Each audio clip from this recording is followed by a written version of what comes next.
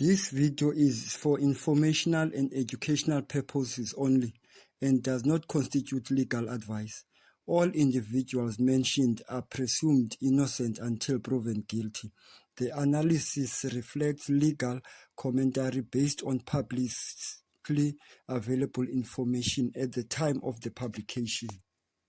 When court adjourned on Friday in Senzo Meyiwa murder trial, the spotlight had already shifted to one man on the witness stand, accused number 2, Bongani Ntanzi. When proceedings resumed in a high court on Pretoria on Monday, that focus continued.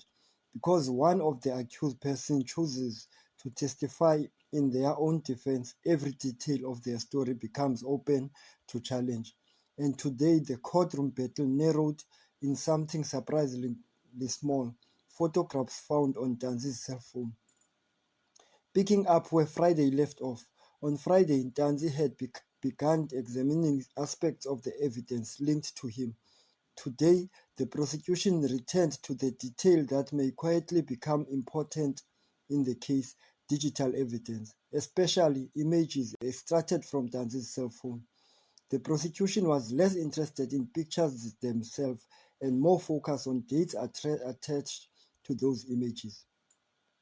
The state line of questioning. According to the prosecution interpretation of the phone data, the timestamps suggest that some photos were taken after Ntanzi had already been arrested in 2020. That raises important questions. How could photographs be taken if the accused was already in custody? In criminal trial, timelines matters because when evidence does not match the witness's explanation, credibility becomes under scrutiny. Ntanzi rejects the state interpretation. Ntanzi rejects the prosecution's version. He told the court the photos were taken before his arrest. According to him, the dates attached to the pictures cannot automatically be trusted and may be misleading. Why the phone evidence matters. To the average observer, a disagreement about timestamp may sound technically, but in criminal trial, credibility often turns into small details. If the prosecution can show that Ntanzi's explanation does not match the digital evidence, it may weaken reliability on the testimony. The defense broader argument. The defense position is that digital evidence can sometimes be misunderstood.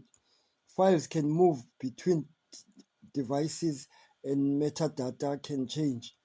Because of that, the defense argued that timestamps should not automatically be treated as proof of what an image can actually taken.